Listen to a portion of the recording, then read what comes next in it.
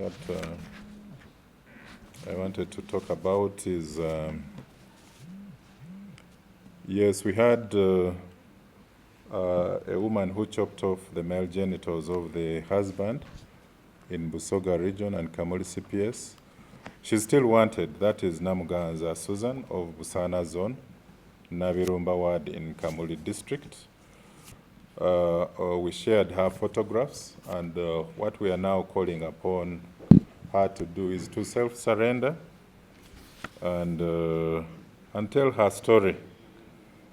It is true that this is a couple that has been staying together and blessed with one child, but they have been having a domestic misunderstanding. The victim, Moses Kawubanya, who is a director at Serena Children's Home in Kamuli, had in the last 1 month chased the wife and asked her to first return to the parents and then return.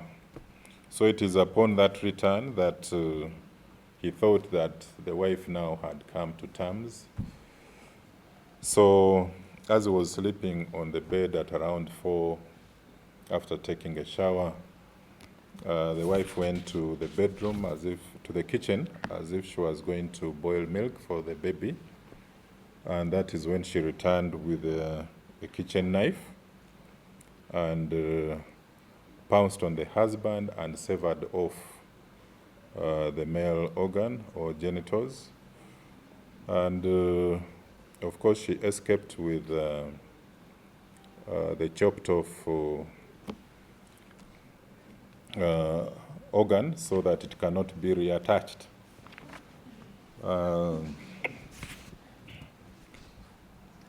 So, as we talk now, the man has lost his masculinity after the male genitals were chopped off.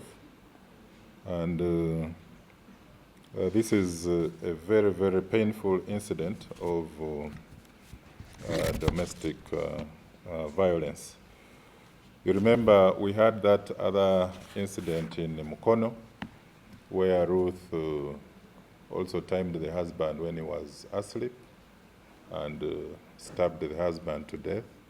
We've just talked about an incident which happened in Rukunjiri where the wife timed when the husband was asleep and cut the neck.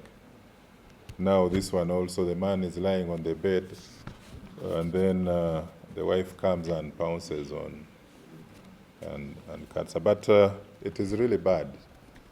However toxic the relationship is, there are always lawful measures and procedures that really need to be followed.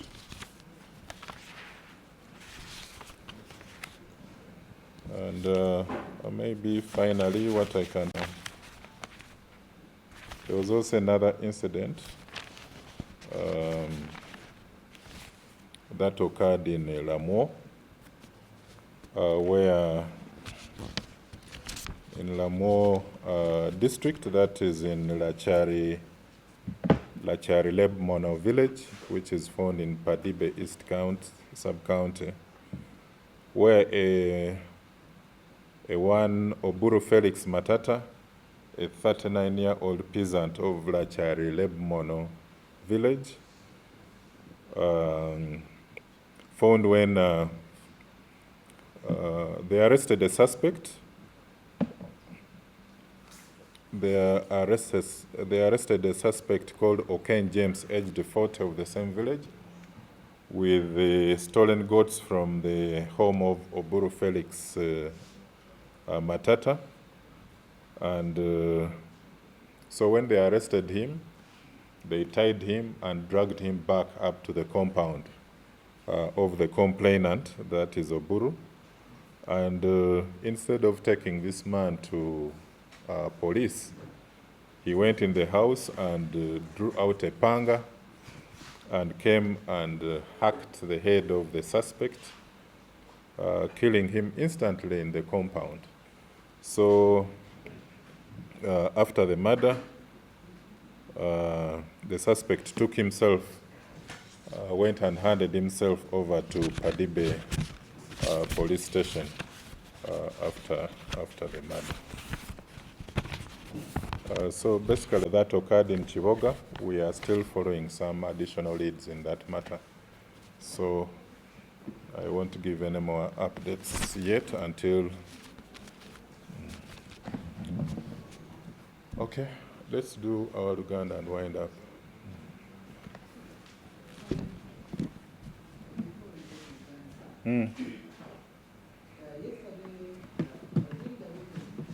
During what?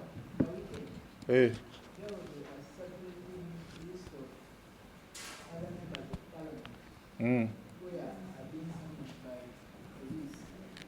But that is, it is speculation. You see, when we were here the other day, we wanted confirmation from CID headquarters on whether they had summoned the other 3 honorable members of parliament. The information delayed, but eventually the 3 honorable MPs were taken to court at the Anti-Corruption Division. Now, you know this is already a matter that is before court, that we may not need to discuss in detail because being a court matter, it is now subjudicial or prejudicial for us to continue discussing a court matter. When I was coming here, what I had wanted was basically to find out the whereabouts of Honorable Akampa Paul, but the information will come in later and I'll be able to share it in a short statement. So basically that is it. When there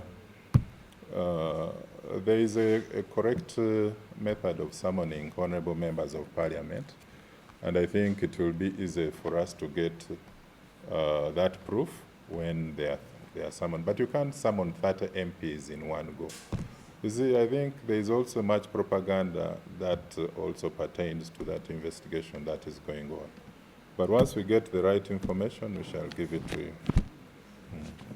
Okubeebazanga bulijjo okutwegattako buli lwa bbalaza nga tukozesa omukisa guno okutegeeza bannayuganda ebyokwerinda n'obukuumi nga bwe babuyimiridde. Tuli basanyufu nti eggwanga lyaffe Uganda likyatebenkedde mu mbeera ey'obukuumi n'ebyokwerinda munda mwayo ne mu nsalo zaffe. Mpozzi twagala okulisa bannaffe abasiraamu wamu n'ab'emikwano n'abo bonna abaagaliza obusiraamu mu ggwanga mu kujaguza olunaku lwa Idi Aduha olwatambudde obulungi mu nsonda zonna ezeetoolodde eggwanga. Era mu ssabbiiti eyo mwe tuliiridde Idi Aduha waliwo ebikujjuko ebyagenda mu maaso ku kitebe kikulu ekya Uganda Muslim Supreme Council nga bajjukira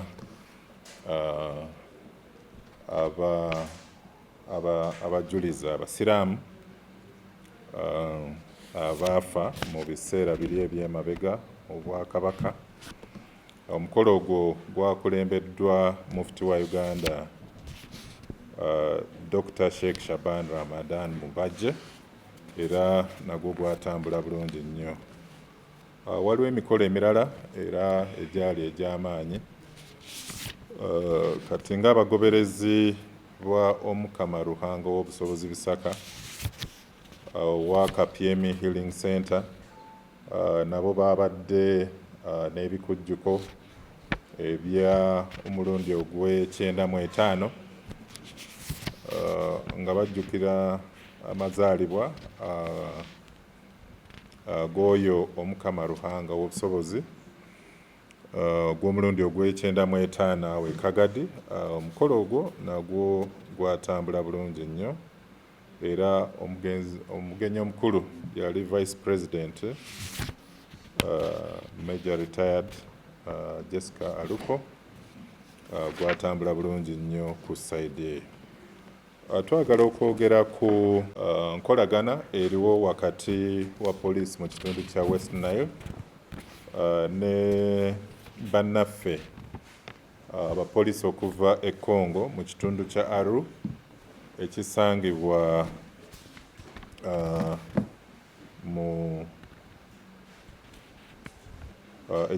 mu DRC okuliraana ekitundu ekya West Nile oba Arua. Poliisi eya Aru mu DRC yasobola okukolagana ne poliisi ya Uganda okuva mu West Nile ne balyoka bakwata emmotoka ekika kya Isuzu Elf yali ebbiddwa okuva mu Kira Division e Kampala ng'eri wansi w'ennamba UBH 638T. Eno emmotoka yabbibwa nga 13 era ne bagivuga speed okugituusa n'okusala ensalo ne bagiyingiza mu DRC. Mu kukwata emmotoka eno poliisi okuva mu Aru yagituddizza era bagikwasizza poliisi ya Arua gy'eri mu kukuumibwa mu kiseera kino tusobole okugikwasa nannyiniyo mu butongole oluvannyuma lw'okwekebejja ebiwandiiko byayo. Abasibe 3 abaali emabega w'ebikolwa eby'okubba emmotoka e Kampala omuli Ssentongo Bohorad, Samuel Aikani ne Innocent Suleiman bano era baakwatibwa naye poliisi e Congo teyasobodde kubatukwasa tubavunaane. Bagenda kusigala nga bavunaanibwa wansi w'amateeka aga e Congo. Naye nga tuli basanyufu nnyo olw'enkolagana eno ejja kutuyamba kinene nnyo okukwatanga abo abali emabega w'obubondo bw'ekibba mmotoka e Uganda ne babutwala e DRC. Waliwo omwana ne omusajja omulala abaakwatiddwa mu ky'okukukusa ebisolo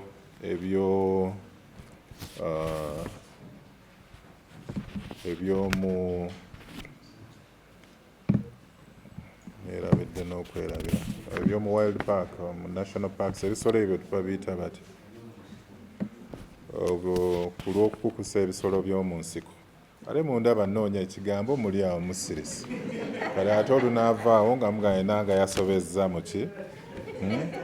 So poliisi e Rwenzori East ne Katwe Kabatooro baakutte Lubega Frederick ate nga yeeyita Rick mu myaka 24 nga asomera Makerere University, ne munne gwe bayita Ankunda Isbon myaka 28 ku ky'okukukusa ebisolo by'omu nsiko nga bano baasangiddwa nga bayina enkima 31 nga bayina n'emisota gye bayita Gabon Vipers 7 naye nga mu nkima zino 31 baasangiddwa n'ekika ky'enkima ekiyina enkoloboze enzirugavu n'enjeru gye bayita Calabash Manke. Zino zabadde baasangiddwa n'enkima ekika ky'engeye 22 naye nga mu zo 15 ze zaabadde ennamu ng'endala 7 zaasangiddwa nga nfu. Ne basangibwa n'enkima endala 9 enzirugavu nga mu zino 4 mu zo zaabadde ennamu ng'endala 5 nfu. Ne basangibwa n'agasota ga Gabon Vipers 7 nga 4 ku zo zaabadde zimaze okufa nga 3 zaabadde ennamu. Enkima zino n'emisota gyakwasiddwa aba Uganda Wildlife Authority basobole okujjanjaba ezo ezikyali ennamu then bazizzeeyo mu nsiko zisobole okwetaaya. Then zino endala 9 zino endala ezadde zifudde balabe engeri gye basobola okuziziika n'okulaba ekyokuzikolera. Naye nga enkima zino 37 n'emisota emikambwe gino 7 babadde bagipakidde mu bokisi 15 kyobudde olaba ezimu zaazidde ne zifa mu mmotoka ekika kya Super Custom namba UBA 617 era bano basangiddwa bagezaako okusala checkpoint ey'ekikorongo esangibwa e Kasese basobole okwesoga DRC. DRC batulaze nti be baziguza bazongerayo mu butale mu nsi z'abazungu ne mu nsi Asia gye bafunira ssente eziwera. Naye batulaze nti enkima zino nazo ab'e Congo bazettanira nnyo ng'enva ze batera okulya. Naye ng'okutwaliza wamu tuvumirira ekikolwa kino ekyokukwata mu ngeri emenya amateeka n'okukukusa ebisolo eby'omu nsiko okuva e Uganda okutwalibwa mu nsi endala. Ekikolwa kino tusuubira nti kyongera obumenyi bw'amateeka kubanga ssente ze bafuna mu bizinesi eno zibeera ssente ezikozesebwa mu bumenyi bw'amateeka ate oluusi boonona ensiko awakuumibwa ebisolo bino. Oluusi tufuna ebirwadde ebiva mu bisolo bino ng'oli amala gabikutte n'abiteeka mu bantu. Ate n'ekirala ekikolwa kino kikontana n'amateeka ag'eggwanga. Naye twagala okulaga nti poliisi egenda kweyongera okunyweza enkolagana n'aba UWA, aba Customs, aba LC, ba NGOs, abalwanira eddembe ly'ebisolo kisobole okuteeka okutya mu abo abeeyongera mu maaso okukukusa ebisolo okubitwala ebweru. Na omukyala omufumbo mu kitundu eky'Erukunjiri eyeekobaanye ne mutabani we awamu ne muwala we nekiviirako okuttibwa kwa bbaawe gwe bayita Byamukama Vincent w'emyaka 53 ate nga ye taata w'abaana be. Bino byabaddewo ku kyalo ky'e Mushuga ekisangibwa e Nyakisenyi nga mu disitulikiti ey'Erukunjiri nga omugenzi kati Byamukama Vincent abadde musajja ayagala okunywa akenge era yakomangawo awaka nga mutamiivu nekimuviirako okukola effujjo ery'amaanyi ku famire ye eno. Kigambibwa nti mukyala we gwe bayita Mutesigensi Everino myaka 44 awamu ne Ninshaba Hilda muwala we 19 ne kazzukulu kaabwe ak'emyaka 6 Ainamani Wilbrod baagobebwa okuva mu maka ga Byamukama Vincent era ne batandika okuliira ku muliraano. Naye nga bano baali bebbirira ne bajja ewaka ne bafumba emmere gye baali balese emabega ne balyoka badduka nga bamaze okulya. Naye mu sabbiiti eyo Byamukama baagenda okuyingira mu nju ne bamusanga nga ku olwo yali akomyewo bukyali nga mwalira n'abakwatira ejjambiya n'abafubutula buto era ne badduka. So omukyala Mutesigensi Everino baalinda yalinda bbaawe okubanga yeebase engeri gy'aba nti abeera atamidde. Ku ssaawa 5 ne balyoka beesogga enju ne bamusanga ng'ali mu tulo era ne bakwata ejjambiya gye yali akozesa okubagobaganya ne bamutema mu nsingo ne bamuttirawo. So oluvannyuma lw'okutta bbaawe ne taata w'abaana be, omukyala ono n'abaana be baddira omulambo ne bagusitula ne bagukumako omuliro. Ebisigalira by'omugenzi ate ne bagenda babisuula mu ttooyi ekika kya mu kaabuyonjo, era ne bagimenya n'ogimenya baleme kubeerawo ateebereza nti omugenzi baamusuula omwo. So olw'okuba baabateeka ku nninga abooluganda b'omugenzi, kyaviirako okuddamu okuziikula ttooyi eno ne balyoka basanga ekiwanga ky'omugenzi, amagumba wamu n'ebisigalira bye ebirala, ekyaviirako okukwata Muttesigensi Everino, Akanyijuka Moses mutabani we emyaka 21 ne Ninshaba Hilda muwala waabwe, era ne batwalibwa mu kkooti.